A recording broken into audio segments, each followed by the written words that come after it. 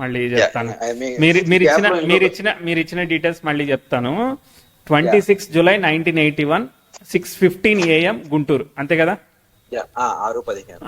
లగ్నం వచ్చేసేసి కర్కాటక లగ్నం 14 degrees పడింది. అవును. ఓకే, మీరు నాకు ఏం చెప్పారనంటే ఫస్ట్ స్టెప్ ఇక్కడ నుంచి ఫారెన్కి వెళ్ళి అక్కడ చదువుకున్న తర్వాత అక్కడే జాబ్ చేశారు, తర్వాత రిటర్న్ అయ్యి బీపీఓలో పనిచేశారు, ఇప్పుడు ప్రజెంట్ జాబ్ లేకుండా ఉన్నారు. సో ఏం చేయాలనేది కన్ఫ్యూజన్ లో ఉన్నారు, రైట్?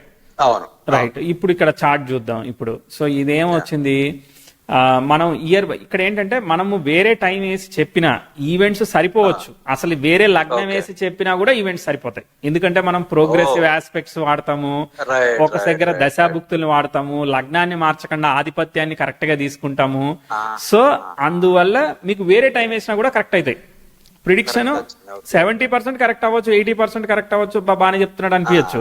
కానీ ఎప్పుడైతే ఫ్యూచర్ ప్రిడిక్షన్ చెప్పేటప్పుడు ఒక దగ్గర ప్రోగ్రెసివ్ 10th house ట్రైన్ ఒక పలానా ఆస్పెక్ట్ వస్తుంది బాగుంటది అని చెప్పామనుకో, అది జరగదు, అది అవదమ్మా అన్నట్టే ఉంటది. అర్థమైందా? సో అది జరగదు, సో అది మిస్ అయిపోద్ది. ఇంకో ఏదో చెప్తాం, అది జరుగుద్ది. అర్థమైందా? సో కాబట్టి మన చాటే మనం 100% వాడుతున్నట్టు కాదనమాట. సో ఎప్పుడైనా మనం రైట్ బర్త్ టైం వేసుకునే చెప్పుకోవాలి. సరే, ఇప్పుడు మనం మళ్ళీ వెరిఫై చేద్దాం. మీరు వెళ్ళింది 2009 11కి మీకు రాహు దశలో బుధభుక్తి జరుగుతోంది. అర్థమైందా?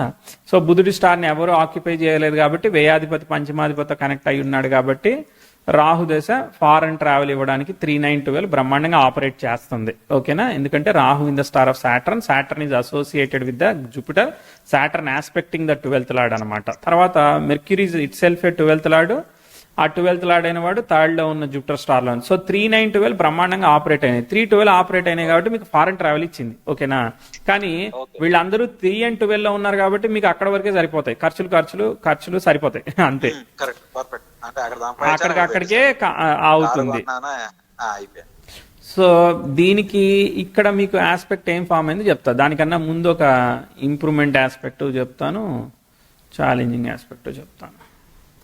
ఇక్కడ ప్రోగ్రెసివ్ మెర్క్యూరీ 2006లో మంచి రిజల్ట్, 2006-7లో మంచి రిజల్ట్ ఇచ్చింది. అక్కడ మీకు చదువు కానీ అవన్నీ మంచిగా వర్కౌట్ అయ్యి నెక్స్ట్ ఇయరే వచ్చినట్టే వచ్చే ఆపర్చునిటీ ఏదో దెబ్బతింది. ఎందుకంటే ప్రోగ్రెసివ్ 10th house నెటల్ సన్కి సెక్స్టైల్ ఇచ్చింది, అంటే రెట్రోగ్రేట్ ఎఫెక్ట్ పొందింది అనమాట. రాహుతో సన్ అఫ్లిక్ట్ అయిన దానికి సెక్స్టైల్ ఇస్తే రివర్స్ అవుతుంది. కాబట్టి 2008లో అంతా ఏదో ఎదుగుతున్నాం అన్న మూమెంట్ లోనే తేడా కొట్టేసింది.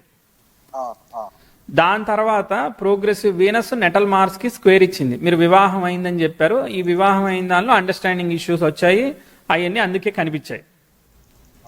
Progressive 10th house train natal Saturn జరుగుతుంది, కానీ అది అప్పుడు పనిచేయదుగా. అది అప్పుడు కాకుండా 2011 నాటికి పనిచేస్తుంది. అప్పుడు మీకు మెర్క్యూరీ వచ్చింది, కరెక్ట్ గా 10th house ట్రైన్ జరిగింది కాబట్టి 11, 12 మీ స్టడీ కానీ అదంతా ఉపయోగపడే విధంగానే ఉంటుంది తప్ప ఫెయిల్ ఏమీ అవ్వదు. అంటే ఏదో ఒక నెక్స్ట్ ఆపర్చునిటీకి టర్న్ అయ్యే విధంగా వర్కౌట్ అవుతుంది.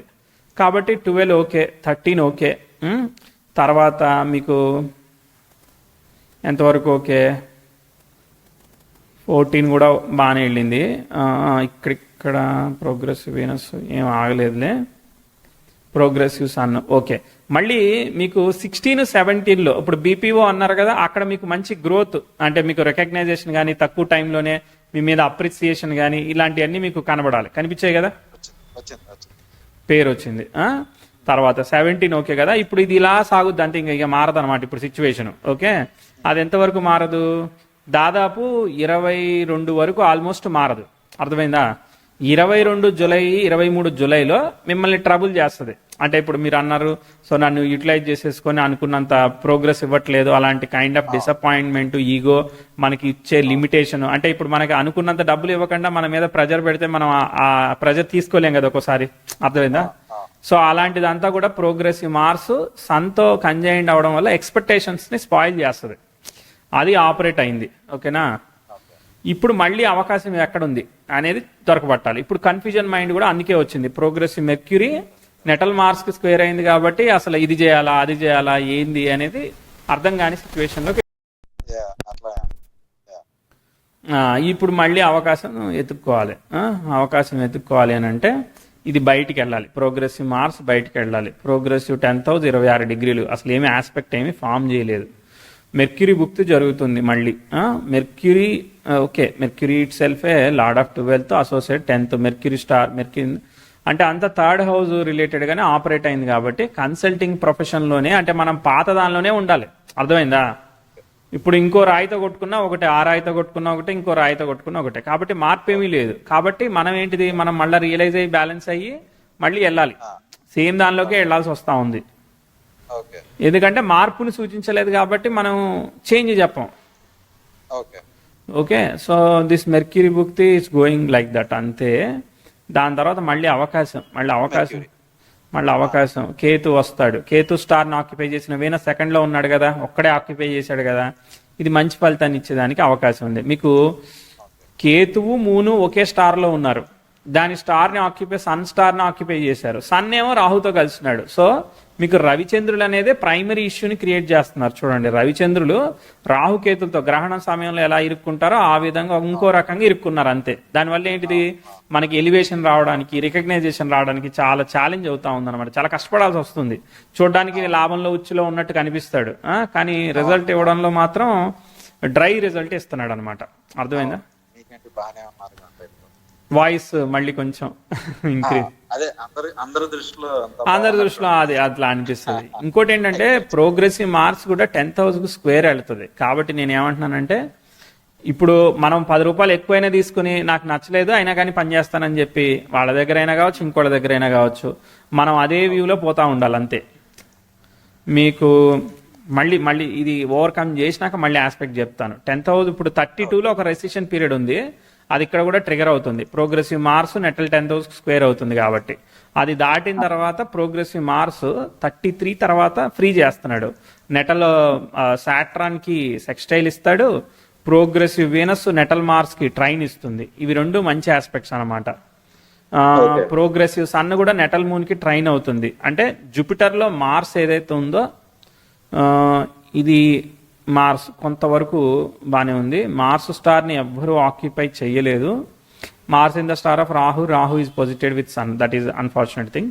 బట్ స్టిల్ దాని తర్వాత మార్స్ తర్వాత ఏముంది, రాహు ఉంది. So Rahu in the star of Saturn ఇది యోగ కారక. రాహు భుక్తి బాగానే ఉంటుంది, అదేమి భయపడిన అవసరం లేదు అనమాట. ఓకే, కాబట్టి మనకి ప్రోగ్రెస్ ఇస్తుంది, మంచిదే. సో తర్వాత సాటర్న్ వస్తాడు. సాటర్న్ స్టార్ ని సాటర్న్ దశ ఎక్సలెంట్ అనమాట. అర్థమైందా? ఎందుకనంటే సాటర్న్ స్టార్ ని మల్టిపుల్ ప్లానెట్స్ ఆక్యుపై చేశాయి. సాటర్న్ స్టార్ లార్డ్ అయిన మూన్ లాభంలో ఎగ్జాల్ట్ అయ్యాడు, ఇక్కడ తీసుకొస్తాడు అనమాట.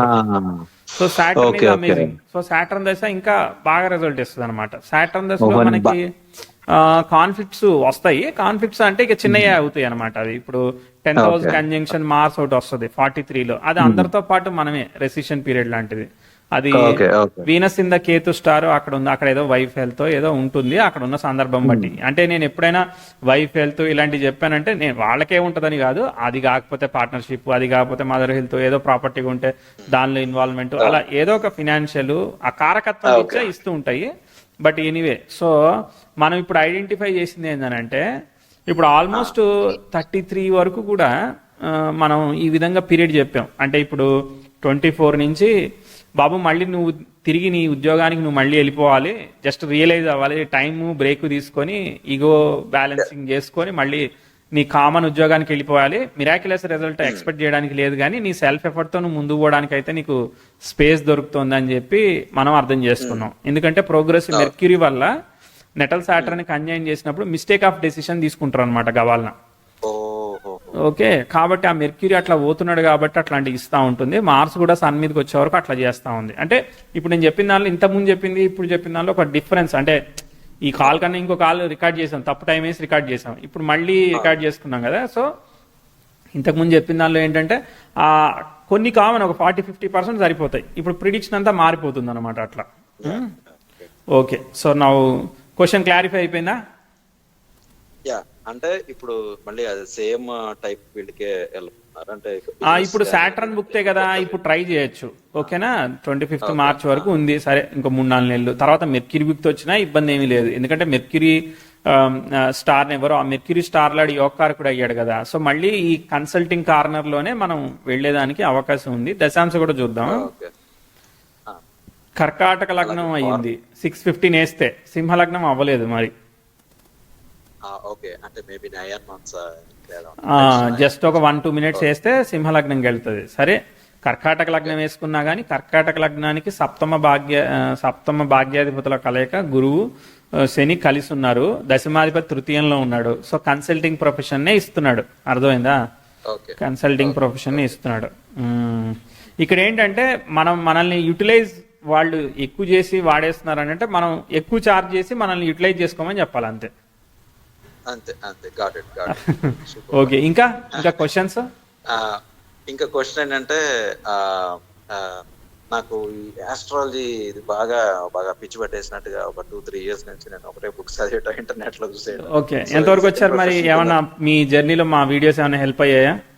అయ్యో, నేను మీతో మాట్లాడాను లాస్ట్ టైం, సిక్వల్ టీవీ నాకు కోడింగ్ రాదని చెప్పారు, గుర్తుందా? Okay okay okay, right right right, అదే చాలా మంది మాట్లాడుతారు. Right right right. సో అదే అన్నమాట. Very good very good. So record stop చేస్తున్నా, సరిపోతుంది కదా.